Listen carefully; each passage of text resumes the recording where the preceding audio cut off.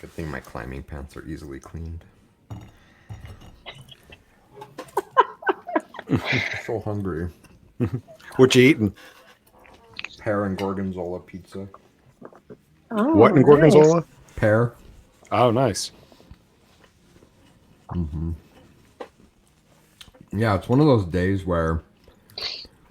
And sorry for the chewing in the microphone here. It's one of those days where typically my calendar looks like a pyramid starting at Monday through Friday, where Friday's usually like really chill and light. I don't know what's going on this week, but it looks like an hourglass. Like yesterday was chill, Monday and Tuesday were crazy.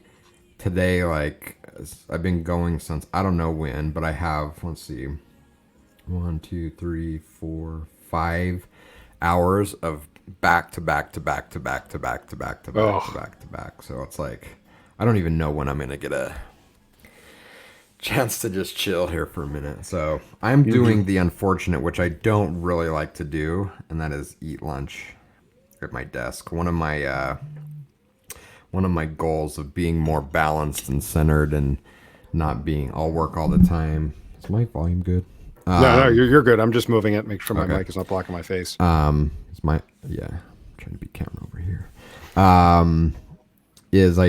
I've tried to not eat at my desk, which for the most part I'm good at, but days like today it's like, well, I wouldn't be able to eat until after 4 o'clock, so I'm gonna eat at my desk. Well, that's fine. Then we could say, this is this is gonna be our brown bag then, this session. Yeah, bring your own lunch. Don't Yep. spill on your climbing pants like I did.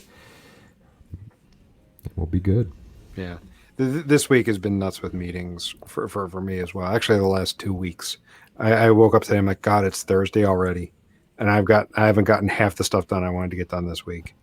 It's Thursday already, and I need a nap. I'm wiped. Mm-hmm. And didn't Hila last time promise that she was going to be on camera during this next podcast recording? You guys, I didn't even realize this was on a calendar. This is insane. Well, that sounds like it's a I'm personal totally issue. not prepared. Yeah, that's true. No, I made sure to schedule it several days ahead of time this time. I know. The night before. But I wasn't going to say anything. I was just going to be like, it's fine. I know it's a crazy week for everybody. All right. So, Jason, can we start by Jason talking a little bit about why he has wired headphones connected to this fancy mic? I mean, I said you guys needed to stall so I could eat my pizza, but yeah. So I for one, I've been having lots of problems with my AirPods. So I bought. The setup is hilarious. I bought multiple pairs of wired headphones. So this is my phone. It has a wire directly in to the whatever that jack is called. So I have that. What is this? 1999? People have been absolutely raving about my audio quality on calls lately. So I mean, I'm going back to the wired, and I haven't put my AirPods in over 2 weeks now, I think. So that's the phone. And I have another pair of JBL over-the-ear headphones that are wireless Bluetooth that I previously used on podcasts, but also had challenges with them. And I figured, you know what? I'm just going to wire directly into my mic. I can play with the gain so I can control the balance, so I can control the level of volume in my ears that are coming through my mic, which is super nice. And give people an opportunity to ask what's all these wires and what's going on. So yeah, that's my setup. It started with Bluetooth going haywire on me, and it ended up with me going full wired. And even though I love this new wireless keyboard I have, it's one like hiccup away from me replacing it too and going full wired keyboard and wired mouse. So there you go. Yeah, it sounds like you've got some kind of interference going on there with not just anything Wi-Fi related, but it also sounds like just Bluetooth there. Well, I got that's the first thing I think of if you're telling me your keyboard's also all jacked up. I know Bluetooth is peer-to-peer, but still.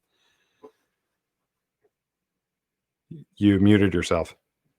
Oh, and there's so many devices, right? Well, I was gonna take a bite of pizza because I thought I had a break there. There's so many devices just sitting around me. So I have my phone, I have my mouse, I have my keyboard, I have my AirPods. I don't know. My cars are trying to constantly connect. Mm-hmm. So like, there's so many different Bluetooth things. I'm like, maybe they're fighting with each other. I don't know. Well, it's funny. So, you're talking about like kind of going old school with the wired stuff. For different reasons, I broke out the old school iPod Nano. I mean, for me, it's just trying to find ways to put the phone down. I've noticed over the last 6 months with the COVID lockdowns and everything, I've been glued to my phone much more than normal. Just constantly sitting there scrolling and checking updates every 10 minutes or so. So I went back to like the old school iPod so I can try to put my phone somewhere else. So while I'm working, I can still listen to podcasts, listen to music, but this way I'm not constantly checking the phone, and it like takes effort to go get it. I like that. I don't even know if I could find an iPod if I wanted. I'm sure there's probably 5 around here somewhere buried in that basket or drawer that you throw your old electronics in. Yeah. Well, I mean, it was funny. I've been cleaning out stuff here in the house, and I came across that drawer, and I have like several old iPods. I mean, I've been carrying this one with me for a long time now, but like all the old ones, like, when they first introduced video on it, and like, I mean, back to like what I remember when I first got it, like it was like, oh, this is nice and small. It's 60 gigs, tons of music, nice and small. But now, like, you get it, like, wow, this thing's like a weight in your pocket. And I mean, that's only 15 years ago. It's a long time in tech. Yeah, it is. So yeah, funny enough, you talk about going old school. I've been doing the same thing. Even my wife was like, yeah, I noticed you had your iPod out. I'm like, yeah, so I just put my phone down and not doing like just what's a reflex now of just constantly checking it. It's hard to do. I mean, especially as we're doing more interconnected stuff and more Internet of Things, like it's become your mobile control center. Mm-hmm. Totally. And so it's, even if you wanted to get away from it, it's really hard because it's like, well, I need to open the garage door, I need to unlock the door, I need to, it's a lot. So anyway, totally. Like, I mean, I even need it just for clients VPN to log into VPN. Like, they've got like the Google Authenticator. Yeah, we have a new client that uses that, and yesterday I was going to send Hila an email. I'm like, I'm not logging into this because they're forcing me to install a Google Authenticator app on my phone, and I just refuse. Mm-hmm. Oh. Mm-hmm. Yeah, I have it for multiple things already, so. I'm sure I have it on there somewhere. I'm just, I'm obstinate. And the reason that comes to mind is like, talking about trying to break the smartphone addiction. I even debated the other day. I'm like, what if I went back to a flip phone? All I need it is to text and call. If I went back to a flip phone, I'm like, crap, could I even do work? Because I've got 2 clients that use the Google Authenticator. I'd have to buy an iPod Touch, just purely to use something like that. So 2 incidents, I think, shaped my technology arc. I had the most amazing flip phone. And I had this sweet Utah State Athletics case on it. And it was, I loved that phone. And it got stolen at an Omniture Christmas party in Park City when one of the valets broke into my car and stole all my stuff. Mm-hmm. My phone got stolen. And if that phone hadn't got stolen, I may still be using that flip phone today. Mm-hmm. And then I replaced it with I can't remember, but it was this blue Nokia with a tiny little screen. It was you could text and you can call on it. That's it. I loved that phone. And I clearly remember the situation. I don't remember the date, but I remember being in a hotel conference room in Salt Lake City. I think it was Matt Longy. Is that how you say his last name? Longy was presenting. And I pulled my Nokia little phone out and set it on the table, and Hila audibly laughed at me. And I think the whole room turned around and looked at me. And everyone else had pulled out their iPhones, early generation iPhones, and set them on the table. So I'm like, okay, I'm gonna pull out my little Nokia and set it on the table. And she laughed at me, and I think she forced me to buy an iPhone at that time. And that completely changed the arc of everything. I would still be on those old little Nokia phones. I guarantee it. I'd be that obstinate. There you go. Lovely. Yeah. This pizza's really good.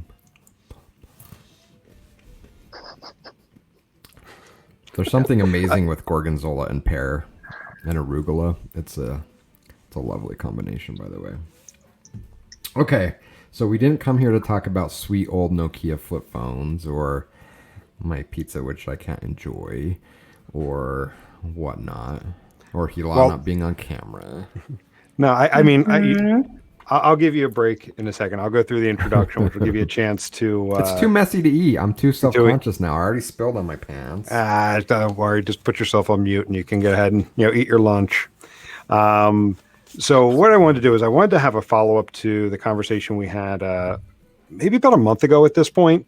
It was the episode where we talked about Avinash's article from, again, talking 15 years ago or so, where he was talking about the proper ratio of technology to people. Yeah, was it the 10-90, 90-10 rule article? Yes. Yeah. Yep. So we're talking about that, and as we were wrapping up that conversation, Hila made a statement. We were all like, all right, this is totally its own episode, its own conversation. And to paraphrase it a bit was, we were talking about how as a traditional analyst before web analytics, before digital analytics, you would set aside 70 to 80% of your time to clean, wrangle, realign data.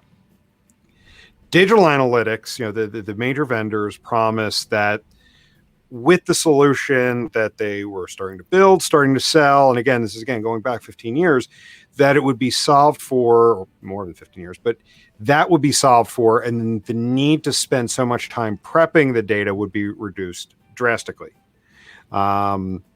So as we were talking, we were talking about how we're treating digital analytics like traditional analytics by still forcing the analyst to do a massive amount of prep work. So wanted to follow up on that promise by the digital analytics vendors. Why is that still the case? Why are we still spending all this time doing prep work when the promise is the solutions would solve for that? And let's go as far as even saying, have those tools failed, or has the prep work just moved from one area to another? Oh man, we can take this in so many different directions. I know there's so much to talk about because, again, it's funny, and we always seem to come back to sales, and I see us spending time on sales here.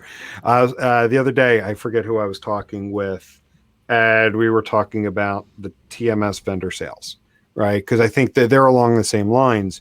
They've always driven me nuts with just pop our code on the site and you can get all the magic data tag. you need. Exactly. Yep. There was one vendor in particular who was famous for doing that. Just pop our line of code on the site and you'll be able to get everything you need. But actually, Hila, I think it was actually you and I talking about this, talking about page scraping solutions being something as far as a temporary stopgap while you actually work with the development team to make sure the data is properly surfaced in a data layer or the like. But TMS vendors, and I am going way off topic here, but again, to kind of try to set us up a bit, the point being, sales has always been a part of this. So have the web analytics tools been oversold to the point where you're still doing a lot of prep work with data before you're actually able to get into the insights? Go ahead. No, I insist. Did you finish your food? No? Okay. All right. Yeah, I think the topic came up this week, Jim, with you and I, because I think that a lot of times right now we're faced with the realization that not a ton of thought or collaboration, I would say, partnership with the analysts have been put during the time that the implementation was instrumented. And so the data collection is reflective of some things that were done in isolation, many times without support from developers, that would surface things into the data layer and make the implementation more sustainable. And so I think that now, as analysts, we are looking for the data and realizing that it's either not there or it's not exactly what we thought it was. And a lot of the times it's the challenge of how do we revisit as a collaboration with the developers, with whoever owns the MarTech architecture. How do we revisit this together? How do we prioritize this now? Because what happens now is that because not a lot of time was put into the implementation initially, I think that the majority of the analyst time is, like you said, spent wrangling data, realigning it, scrubbing it, hiding some things that are not relevant, and doing all this kind of offline work that takes the majority, kind of 80% of the time, instead of spending time really deep diving and answering business questions. So the burden has been put on the analyst now to take the weight of whatever wasn't thought through and just work with what we have, instead of just kind of saying, well, we don't have it. We just work with it, right? And so I think that's kind of the frustration that I'm feeling constantly with some of the data that I'm approaching, for sure. I think it's a great point, and I'll expand on that and kind of even pull it out a layer and say that the problem is that analytics implementation historically, and still in most organizations current day, has been looked at as a linear process. And by that I mean the business comes up with a website idea, design, they hand it off to development or a development shop, they build it, then they reach out to analytics and say, oh, by the way, we need analytics deployed on this site. So there's already problem number one, already way upstream. So while the analysts come very far down the stream and introduce new challenges, we already have a massive disconnect by taking a linear approach to analytics implementation. And that is, analytics by and large is still an afterthought to site deployment and design. And that puts the implementer in a very tough position, because they're often put in a position to have to think really creatively about collecting the data that the business is now asking them for. And so oftentimes things like, again, page scraping, other new things are coming up where it's like, we have to be creative to get this data. And now that's putting us at a disadvantage. Then as the implementer, we multiply that issue by extending the linear fashion of this and not involving the analyst in implementation. We would save ourselves a lot of problems by saying, hey, analyst, come sit with me. Here's my design. Here's my architecture. Yeah, we got kind of screwed over by development, so we're going to make some creative, solutions to get you your data. These are the assumptions we made. Are you okay with it? Is this how you want to see the data? We don't do that. We don't talk to the analyst. We do the implementation based on what the business is telling us they need to measure. We don't ask the analyst to help in that process. And then we hand it off to the analyst. We say, okay, dev did their job. They built the site. We did our job. We tagged the analytics based on what the business requirements were. Here, analyst, you go now use the data. And now the analyst is at the most extreme disadvantage, because they have this compounded problem that started with the development team not involving analytics. It was compounded by the analytics team taking that problem and not involving the analyst and making it worse. And now they have this mess of data to say, I have to now spend 70 to 80% of my time wrangling this data to get it to where I need it to be. So I think the blame is less on the vendors, less on sales, although I will take every chance to take sales out to the woodshed. Is that the right saying? I would take every chance to kick sales ass for being lame and lazy. But in this instance, I think the bulk of the blame falls internally in organizations. It starts with implementation development not involving implementation. It's further drawn out by implementation not involving analyst. And then we stick the analyst with the bill and say, good luck. And then organizations are wondering, wait a minute, we spent all this money on these solutions. Why are our analysts taking so long to get to the data? Well, you screwed up the process from the beginning, and you made their job way harder than it needs to be.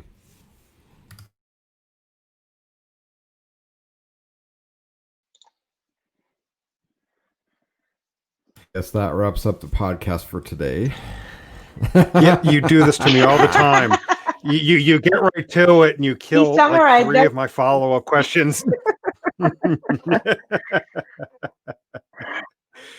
Yeah, and I don't want to make this like we do definitely come back to sales on this a lot, because I think they definitely oversimplify it. I mean, I've run into that so many times, where I'm coming in immediately post sale, and the minute I start to do discovery and start to say scoping things out like proper data exposure, whether that's in some form of a data layer or some form of custom events with the metadata, stuffed in there, I immediately then I have to turn around and I'm being forced to justify that work needed, because someone goes, well, we were told we just needed a simple block of code. And then you're kind of put into this corner to try to make things work. And the problem is sometimes like you also get stuck with saying, okay, well, we'll put a temporary workaround in place. 9 times out of 10, whatever you're saying is a temporary workaround quickly becomes the standard rule. Yeah, so there are a couple things that you bring up that I think are worth talking about. So if we do look at the vendors and what their role plays in this on either what's being sold, as you mentioned, from the sales side, and promises kind of to be kept, I think actually the bigger challenge is that a lot of these vendors, in order to satisfy their clients, basically did everything the clients asked for. And I think they forgot that they were the experts, not the clients. And so what ended up happening is, in the beginning of web analytics, maybe you take a very simplified framework and now you've made it extremely complex. I mean, just go ask anyone that is new to analytics or has vanilla GA on their site and say, go deploy Adobe Analytics. It will make their head explode.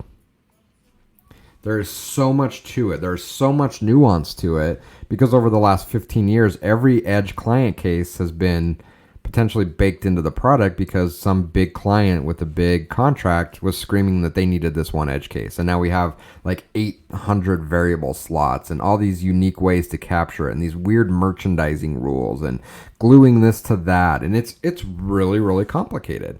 So I think, yeah, I mean, from a vendor perspective, I think they own some of it in probably saying yes more than they should have, and should have been a bit more prescriptive in what businesses really need and not just what they're asking for. And to kind of balance that out, I think the enterprise players in the space right now, Adobe, Google, Salesforce, I think they've actually been doing a much better job, honestly, of positioning the work and how difficult it is to deploy these solutions. I would say, and I'm not going to name names because I don't want the fanboys and girls to like get all fired up and want to fight me about it, because it loses the spirit of the conversation to say, well, that vendor's amazing. I don't want to talk about those specific vendors, but there are vendors that are in the gap, that are in this like space of trying to figure out who they are, that are out there still and very fervently selling the magic tag. Why are you like doing all these configuration and capture? You just put our library and it captures everything. Every click, scroll, every little thing it captures. You don't even have to do anything. It's 100% a lie, but they're out there really pushing it and selling it. And so I don't think the enterprise vendors are guilty of that. I think they've been much better stewards and leaders of what it really takes to run a quality program. I think it's a lot of the newcomers that are trying to take a little bit of flesh out of those leaders, and they're doing it by what the leaders did to start to get to where they were. That's lying to the marketplace saying, this is super easy. You just drop our one line of code on there and everything is collected and analyzed for you. It's a complete lie. It's not.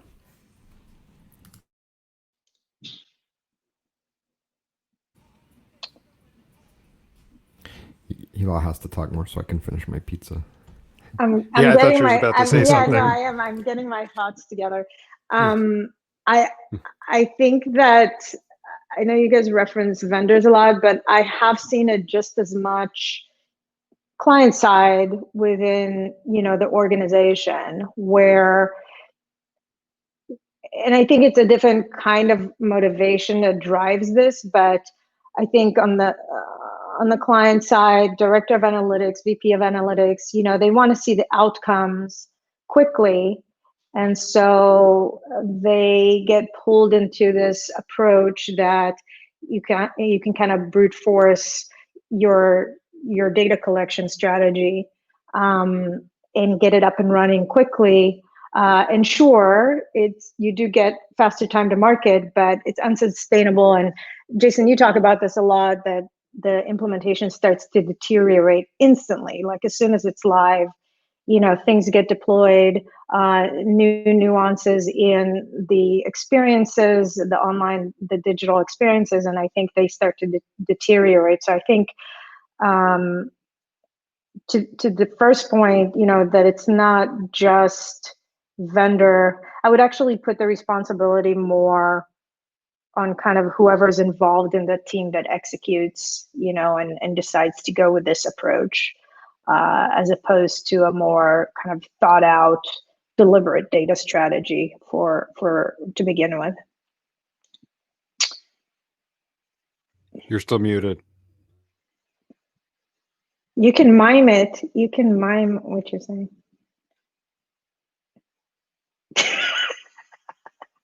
Okay. I'm just going to forgo my pizza. But then after this, I have to jump on with one of some guy I know in the Holy Land and then other stuff. So I don't know. I'm not going to eat my pizza till 4. That's all there is to it. You bring up a really good point, and it's a very sore spot with me, especially in sales, because I hear it. Yeah, I hear it all the time. I hear it all the time of, well, we're building out a new website. We need someone to come in and stand up our implementation platform. I'm like, well, this is a really complicated website. There's a lot of nuance to it. There's a lot to understand how it's going to work, and to properly do this, you need to be thinking about 4 to 6 months to do a proper implementation. And it's not, we're going to flip the switch on 6 months from now and it's going to be done. We'll do this in a fashion where we have milestones along the way, but you have to be prepared to invest 6 months to do this, right? What? My idiot nephew who just graduated from Jeffrey Arnold High School can do this in like 8 days. Well, what are you talking about? And it's really frustrating to have those conversations, because the minute you start asking questions about, well, let's talk about this one user flow on your site, and let's talk about how that can branch out into 12 different experiences. How are you going to capture that to make sure you really understand the consumer behavior on your site? Oh, I didn't even think to ask that question. I'm like, I know. And that's why you think that your idiot nephew can do this in 8 days, because you didn't stop to think about all these different nuances about your site and how complicated your site visitors are, and the data that is so fluid and how it changes. You have to think about all of that. Otherwise, you're just measuring garbage. So yeah, if you want to just measure garbage and make decisions off of that, we can do it in less than 8 days. But if you truly want to have an implementation that's going to provide you the data to truly understand your customers, it's going to take time. And not only that, that time is going to pay off continually in the future, in that we're now going to maintain that and mature it. But sure, let's do the 8-day implementation and then come back to me in 2 months when in 2 months it's already broken and doesn't work. And then we can talk again about why it takes the proper amount of time to have these implementations done. I think that from a client side, from a company side, is the biggest driver. But there's also one, and I've taken implementers to task on this in some speaking engagements that I've done, is that I think far too many analytics implementers are addicted to implementation. That's a very fair point. I know I personally get I get stuck in that trap from time to time. Yeah. when you start thinking of all these cool use cases, well, I could do it this way, I could do it that way, and get really, really tricky with it. And no, you're absolutely right. And that is actually something over the last couple of years I've really been trying to work on refining and keeping it as simple as possible. Yeah. Because you a couple different things when you over engineer it. And I mean, I think a lot of this comes from, like, there was a client 10 years ago I was working with, and they wanted to track just about everything. And the company I was working with at the time, like, this client was the 800-pound gorilla, and they definitely tossed their weight around, and they definitely got what they wanted. So, like, we would definitely fall into the trap of over engineering it. But one of the first problems that actually comes up is, well, who's going to maintain it? What happens when that over complexity of, for a lot of the stuff, they end up not using it. Yeah. I mean, how many times have we run into a situation where a client's yelling and screaming, we need this, we need this, we need this. You spend the time designing it, putting it together. You eventually get into something where they're rushing you to push it out. You push it out. 6 weeks later, and they're not even using it. They don't even care, and they've forgotten about it. But then that's still there. Yeah. It's still there. You still have to maintain it.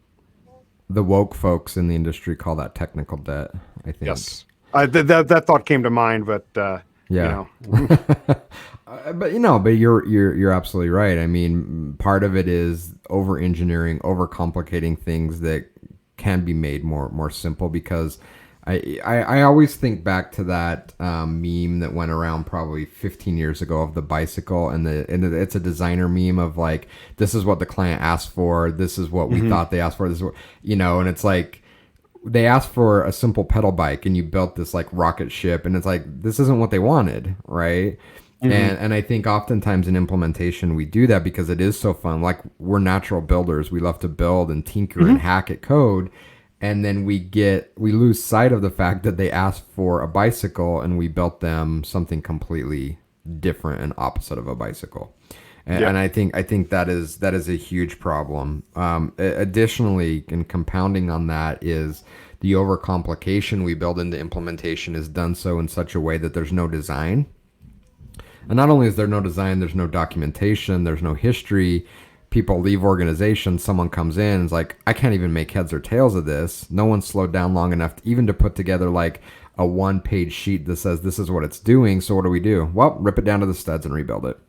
And that happens a lot. And then also what happens a lot is there's a lot of job hopping by people that are addicted to implementation, where companies aren't. They're burnt out on implementation. So they bring someone in with the promise of having a rock solid implementation to get them what they need. They get there, the person wants to re-implement. The company's like, no, enough is enough. Or maybe they get to a point where they're uncomfortable because what do I do now that the implementation's done? So they go to a new job. And at the new job, what do they say? Well, this implementation sucks. I can't make sense of it. I need to rip it down and do it in my own image. So we re-implement again. And it's just this, like, constant cycle. As implementers, not only do we need to be great at implementation, but we need to be great at maintenance. Maintenance is actually the bulk of what we should be doing at this stage of the game, right? Like, we're so far into this. I think I might need a sign for my laptop. We're so by the way, the Apple support via mail was phenomenal. I swear, when I just called you the other day, Hilal, right? When I was dropping. Yeah, wasn't it yesterday you were dropping it off in the evening? Yeah, I just dropped it off at a FedEx place, and now it's supposedly. We'll wait to see on if it's fixed. But the battery was bulging on my MacBook Pro. Oh, that's not good. I just barely dropped it off at the FedEx drop-off, and I got a text this morning saying, you need to be home because we need signature when we drop it back off. It's fixed. I'm like, what? Well, that's crazy. I completely lost my train of thought. Well, why don't you go sign for the laptop? No, it was someone else. Someone else doing it. Well, so what I was, what I was thinking of, to maybe help get you back on track. You were talking about the constant re-implementation, and I mean, there's so many different reasons for it, but I think the reason why we never get to the maintenance phase is because implementation is cheap movement. To kind of go back to what we were talking about, the executive that wants something built in 8 days, there's also the need for showing that executive afterward that stuff's being done. Well, what's easier to do? Oh, we wired up these 2 new things this sprint. We deployed this new tracking code this sprint. Does it actually deliver value? No, we don't know, but we got this done. I can show you that we're using the tool by implementing, and because maintaining and actually using the data is the harder part. Being able to show, like, is the site performing the way we want it to? Are these new features that the company has spent a lot of money on actually worth it? People don't always want to hear that information. Yeah. Mhm. No, you're right. You're right. And it is a seductive and addictive cycle that rarely makes winners out of anybody. Mhm. And it's no wonder to me that now we're late into 2020 and we're seeing companies, whether it's COVID related or not, we're seeing companies completely ditch their investment in digital analytics. We're seeing them question the value of this. I'm like, this is nothing new. We've been saying this for 10 years now, that we need to change this. We need to change this approach because it's not giving businesses the value that is promised. And this isn't on the vendors. This is fantastic software that we have our fingers on. Like, Mhm. this is really great stuff that we can do a lot of amazing things with. If we're not getting the value out of us, going back to you queuing this up about what's the right mix of people to software, it's on us. Like, sure, we may need more people, but we also should be thinking about getting the right people and doing it the right way. And I think that part of that is missed in the kind of 90-10 rule. And I don't think it was Avinash's approach to like say, well, the spend needs to be 90% people, 10% tools, and have that in a vacuum. But I think what's lost in there is the nuance on the right people and the right process needs to go along with that as well. Because, just throwing money at people is the same as just throwing money at software. If it's not the right fit, the right skill set, the right things you need for your organization, that isn't going to work either. And I think as businesses, especially in the digital space, there are so many that are clueless about, they know the outputs they want. They have no idea the inputs. What's the episode of Seinfeld when George and Jerry are talking about taking the car to the mechanic, and George is like, they can say whatever they want. We have no idea how those things work. Oh, you need a new Johnson rod? Yeah, hell, let's get one of those. Like, that's how most businesses are when it comes to analytics. They know they want a car and they want to drive the car, but they take it to the mechanic and they're talking a foreign language and they're clueless. And I think that puts them at a very, very major disadvantage. It puts them at a place to be taken advantage of, for one, by kind of charlatans in our industry that are selling them something that they completely don't understand and don't need. But it also puts them at a disadvantage to really know how to hire the right people for that. And it may not be people that are necessarily trying to take advantage of them, but knowing the right people to hire to drive the program that they have the vision for. So it's tough, and it's the same way, again, with many of us with cars or other things that we don't understand the nuances of, but we know we want the output of it. We can be very easily kind of taken advantage of in those senses. So yeah, it's challenging. And then again, for us, I think as an industry, we need to hold ourselves accountable as well. I think we have done far less than what we could have done as an industry as a whole. We've kind of rested on our laurels, I guess the saying is, way too much, and patted ourselves on the back way too much, and we're not that great. We're good, but we have a long ways to go to be great. Let's talk about the cost a little bit of kind of this brute force approach to analytics, because it is very appealing to have less upfront dev investment and having a kind of a lower level of effort in terms of the implementation and maybe getting faster time to market and so on. But the cost is so great. One of the biggest costs is you guys mentioned is the technical debt. That we're just kind of feel like we're patching things constantly and we're never going back to fix it. So it kind of compounds on itself.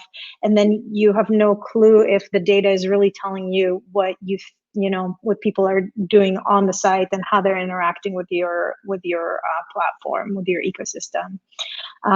But for me, and I kind of said it earlier, is that um, the huge data prep that has to happen every single time you want to use the data coming out of these ecosystems is so great.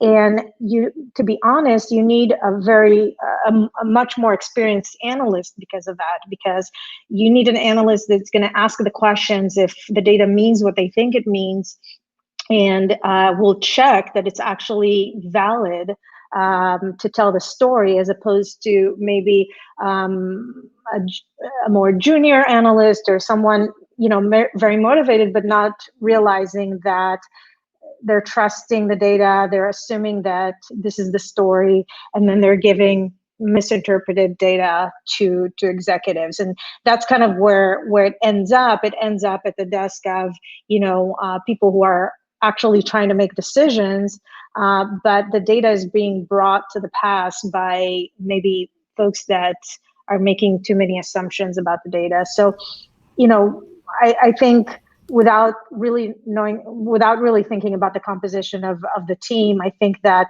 the most important thing is that there's a cost associated with technical debt, where you would have to essentially potentially hire people again to re-implement or fix the issues that you had lined up, and then the investment in more experienced analysts, or in rehiring analysts because they get frustrated and end up leaving because they just can't do what they want to do with the data. So I think there's a huge cost associated there with all of it, and it kind of permeates through the entire organization. So misinterpreted data leads to less trust in the data, and then questions start arising. Oh, should we implement something else? Should we hire some other outside vendor to reinterpret the data? And it's a vicious cycle that could be solved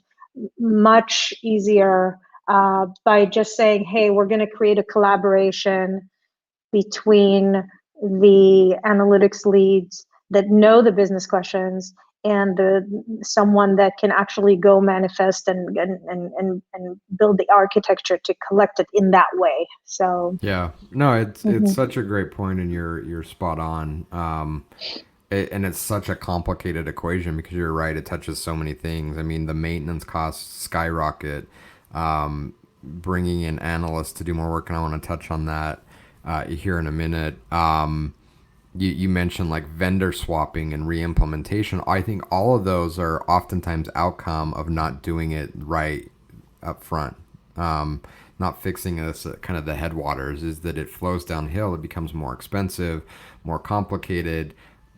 Man, if we could do a study on the cost of lack of trust in data in organizations, I think people's heads would explode. It would be a massive number that organizations are losing from lack of trust in data. That can be something that can be not easily, but more readily addressed early on in the process, and it's not. And to your point, Gilad, we've seen it firsthand. Companies that have spent millions of dollars on an implementation, there's nothing wrong with the software. Someone comes in and says, this sucks, we don't trust the data, we're going to rip this out and spend millions more to stand up something new, and that's going to fix our problem. No, it isn't. Until you fix your culture and your processes and your people, you're just going to continue to replicate that with a new vendor. So it's something that really needs to be taken into consideration. But to take that complexity and just oversimplify it, just looking from an analyst standpoint, we're forcing work on an analyst that is better paid for somewhere else. So I'm glad you used the term bring it to the past. Think about us asking Chef Ramsay to peel carrots. It's like, really? We want to ask him to peel carrots? He's a highly paid executive chef. Why are we asking him to peel carrots? This is not a good use of his time. But that's what we're asking of our analysts. And we're asking them to do things that are not a good use of their time, especially given the software that we've invested in.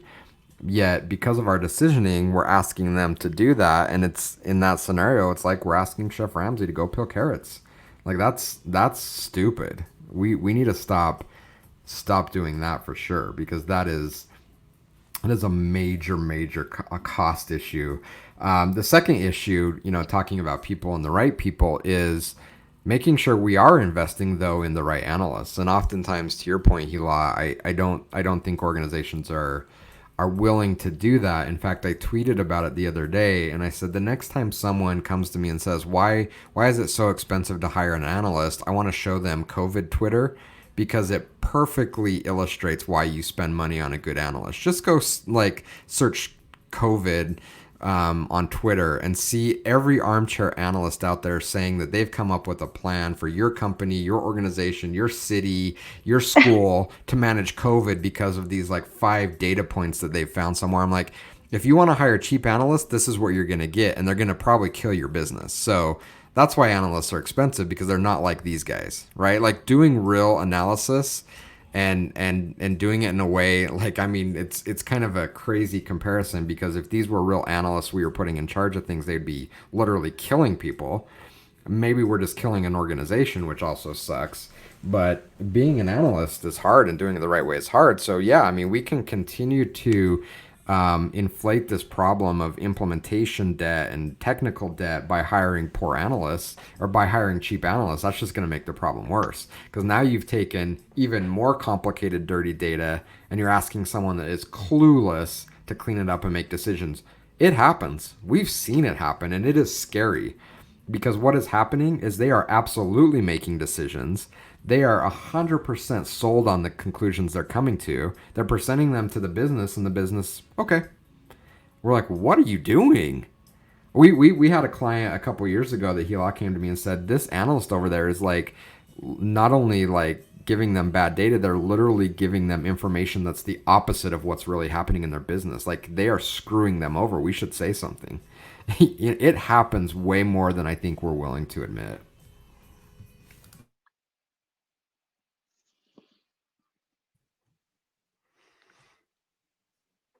My pizza's still good.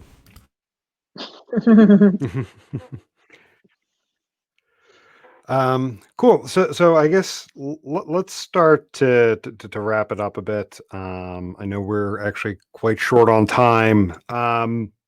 So kind of to wrap things up, to go back to my original question, we were talking about, the promise of the web analytics and now digital analytics companies of trying to, you're working to eliminate the need for prep as part of the solution.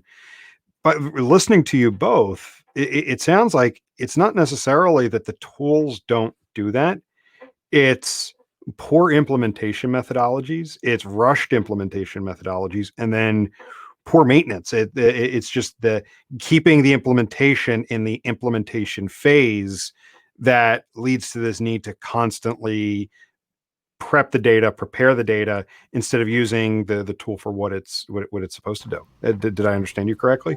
You did, and I think it's made even worse by hiring inexperienced analysts. So, as I mentioned, all of those things that you described, Jim, absolutely are a massive problem, and it's putting the onus on the analyst to clean it up. Oh, there's 2 big packages. Is that your laptop? No, the laptop. No, they're 2 big packages. So Okay. the 5-year-old is really into the package delivery. That's funny. And I made a major mistake. I underappreciated his ability. He, like, these kids these days are so technically savvy. And we bought a plane kit, a Lego plane off of Amazon. He now knows how to purchase on Amazon.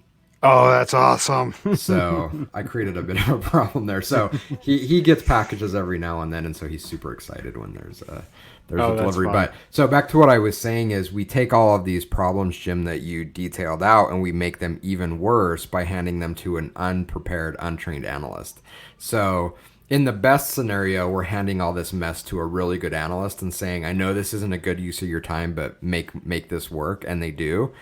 In the worst case scenarios, which again I think is happening more often than we'd like to admit, this mess that we've created upstream in implementation and development is made worse by handing it off to a completely unprepared, inexperienced analyst who then believes they actually know what they're doing and are presenting faulty findings to businesses that talking about the cost, I absolutely believe that businesses are making decision on that faulty data that is resulting in the loss of millions and millions of dollars in revenue for them.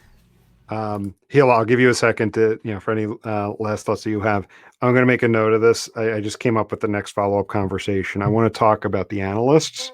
And to your point of my question is, and I know this is going to take us off, we'll come back to it, is why are junior level or inexperienced level analysts getting in that position where there's not someone senior overlooking them? So we're going to come back to that. I want that as a follow-up episode. So Yeah, that'd be I great. just wanted to point that out. But Hila, I know you've I got like that topic.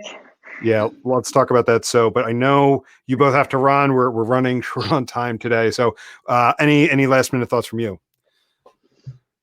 No, this was a good discussion. I think that, like I said, from my perspective, is not totally to put blame on any vendors at all. I think it's the strategy that is chosen and how much, upfront investment a company is willing to put that's going to dictate what their team is going to look like and what their strategy is going to look like. So I think that's kind of where it all spawns from.